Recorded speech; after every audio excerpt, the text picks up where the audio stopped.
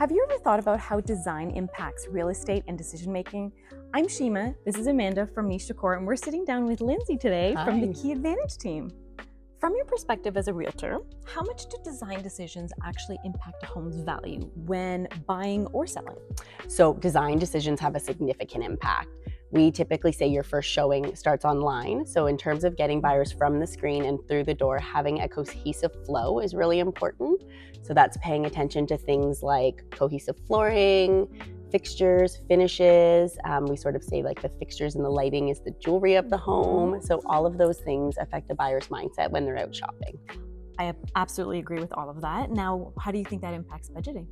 So from a buyer's perspective, when they're walking through, it's looking at the things that they would want to change. So adding their personal touch to it. So if that's things like fixtures or lighting, that's generally sort of, we would say on the lower end, but when they're looking at things on a larger scale, so if that would be wall removal or an entire redesign, oftentimes they'll walk through and say, okay, this has the flooring, it's got the cabinetry we like, but then are they looking at things like, does it need new counters? If we're getting into backsplash, how does that affect hardware? And it's really about taking what their energy would be and then putting it on a home.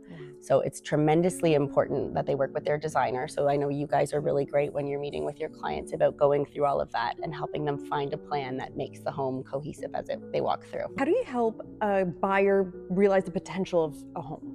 So I think when they're walking through, it's looking at the things that they can't change. So how's the layout? How's the size? How's the natural light? Things like ceiling height. Because some of the big things they can attack from a design standpoint. So, if that's removing walls or changing kitchens or cabinetries, it's focusing on all of the non-negotiables. So we typically say if you can find that sort of 75%, then you really have found a great fit. And then everything else can be looked at in time, whether that's budgeting for a renovation, looking at taking out walls or doing things over time to make the home flow and fit for their family or really whatever their lifestyle requirements are. I think that's exactly where we mesh in together, where you see the good bones and then sometimes that like specific eye, especially more towards the way a client wants to live in that space too, right? Ultimately. Absolutely. Yeah, lifestyle is so important. So I know when we do things like buyer revisits, if they're planning on making really big changes to the home, we actually recommend that they bring their design team with them.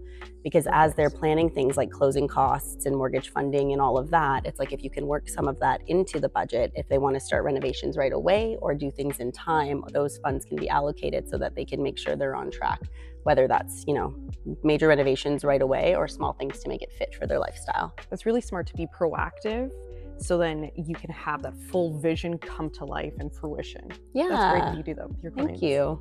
So, how do you guide your clients to protect not only the value of the house with their design decisions, but how to best suit their lifestyle with it?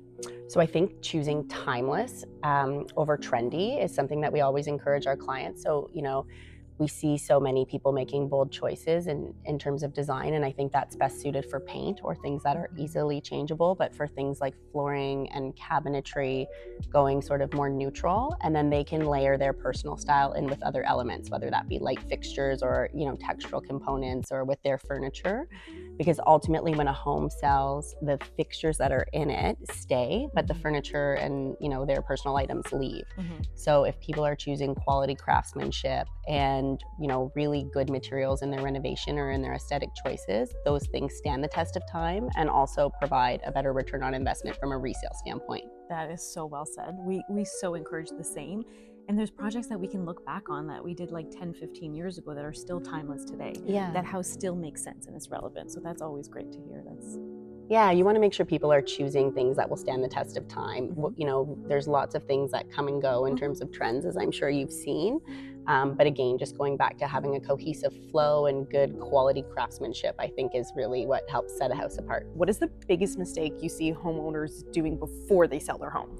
Oh, I think that's assuming that buyers are going to look past either really personal design choices or anything that is very bold. We say neutral homes present best online, so I think taking the time to make those changes before listing is smart. It's paramount, yeah. Smart.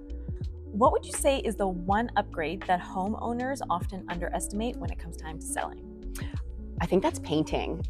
It just makes the biggest difference in terms of how a home presents. It feels fresh, it feels clean, it takes away all of the scuffs if the home has been well lived in, and it provides a 200% return on investment. Wow. Lindsay, have you ever walked into a home and instantly knew it was going to sell? And what gave it away? Oh, I think it comes down to having a really good lighting scheme, the overall energy of the home, which is largely attributed to having a good flow.